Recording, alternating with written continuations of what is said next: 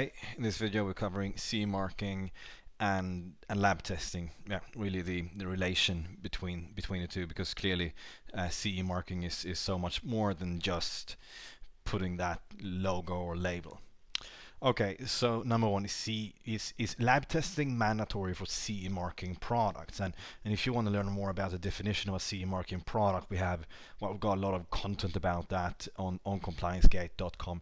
But basically comes down to the fact that you have these directives, such as a low voltage directive, that outline certain safety criteria, safety requirements, performance requirements, and in order to achieve these, in order to fulfill the requirements, the goals set by the directives or the regulations, you need to make sure that your product is compliant with specific EN standards. They provide the, say, technical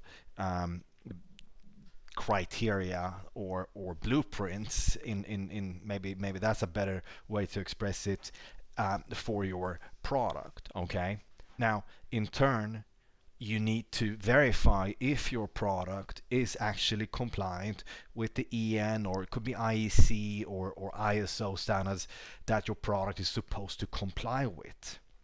So hence the need for lab testing. So that's the very foundation here.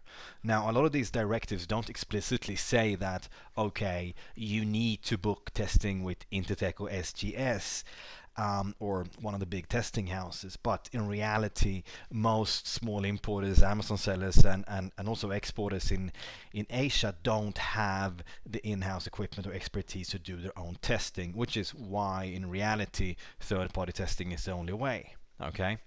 That said, though, third-party testing is actually mandatory for a range of products, medical devices, and also some PPE products. Okay, so how much does CE testing cost? Now, you go out to a testing company like Intertek or TUV, they will not use the term CE testing. That's just just to for simplicity here. But anyway, just to give you an idea, it really comes down to the complexity of the product. A power bank, looking at 1,500 to 3,000. A single component for ROHS, few dollars maybe. An AC adapter, 1,500, 500 to 1,000. A wooden toy safety directive, and the corresponding EN71 standards, maybe 400 to 600. Sunglasses about the same, just to give you an idea. Okay. The reason for this is because you've got very different standards that do apply to these products, despite the fact that you all have the CE mark. Okay, so how do you know which standards and tests apply to a specific product? My recommendation is that you actually reach out to a lab. You provide them with a product specification, and based on that, most testing companies, the big ones as I just mentioned, Intertek, SGS, TUV, and also Chima here in Hong Kong, that they can then make an assessment and basically tell you, okay, we think this list of standards and corresponding tests apply to your product. Another way is to use a service like Product IP. Keep in mind, you definitely need to make this assessment before you start manufacturing, as it's not just about passing the test, but also about implementing what's actually inside these standards. As I said, they're like blueprints into your product design, and that can be fairly complicated when it comes to something like a PCV. Then you really need to work with an engineer that knows what he or she is doing. But even you take something like a baby pacifier, the project we've been working on for a while with a client in the EU, and they had to go back to the drawing board and make sure that the shield is actually, well, the design is compliant with that specific EN standard. Okay, now, do I need lab testing if my product is already CE marked? And this is a situation you may be in if, okay, you go on, one of these online supply directories, you buy a sample and you know that it's already CE marked. But the thing is that it's so much more complex than just having that CE mark. You need to make sure, it's up to you actually as an importer. It's your responsibility to make this assessment, that the product is compliant.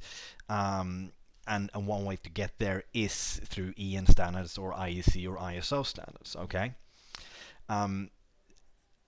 and thus you do need a lab test report. You could request one from the supplier. It's just very unlikely they will have one, at least one that you can actually apply to your product. So even then, you still need this. Still need to get the product tested. Can you get a test report from your supplier? As I mentioned, it's very rare that this is something you can actually rely on. You reach out to a supplier, what you will likely find is that they may have one or two test reports for some product they made back in 2015 or something, but unless it's the same product, the same supply name, okay, and also corresponding to all the regulations that apply currently and also all the up-to-date standards, which this is also something that's changing on a fairly frequent basis, then you can't use it. So it's very rare that you can use a pre-existing test report for anything but sort of an assessment, basically telling me, okay, this supplier has experience making compliant products in the past, which is definitely it's extremely important when you make that assessment, but you can't just show that to market surveillance authorities. So how do you check if a CE test report is valid? Now keep in mind it's nothing like they are not actually called CE test report. This is just for reference, okay? Well, what you do is that you look at you can actually use online systems. I think SGS and all the big ones, they have these online systems where you can just copy paste the report title or report number, to be more specific, and they will then verify right away online if the report is authentic, okay? And you could also reach out to them, but that's a way to make that assessment. Now, testing companies, already mentioned a few of them, but testing companies offering, well, CE testing, you got Intertek, SGS, TÜV, CIMA, Eurofins, and also UL. So you've got quite a few to choose from. Now keep in mind, the test report is not everything you need, okay? I'm not going to cover this in this video, but you also need to look into the Declaration of Conformity, the DOC, and also the technical file, which covers everything from design drawings to the bill of materials, packaging files, user manuals, and also the risk assessment. So yeah, the test report is just one thing. In this video, I just wanted to explain the relationship between CE marking and lab testing.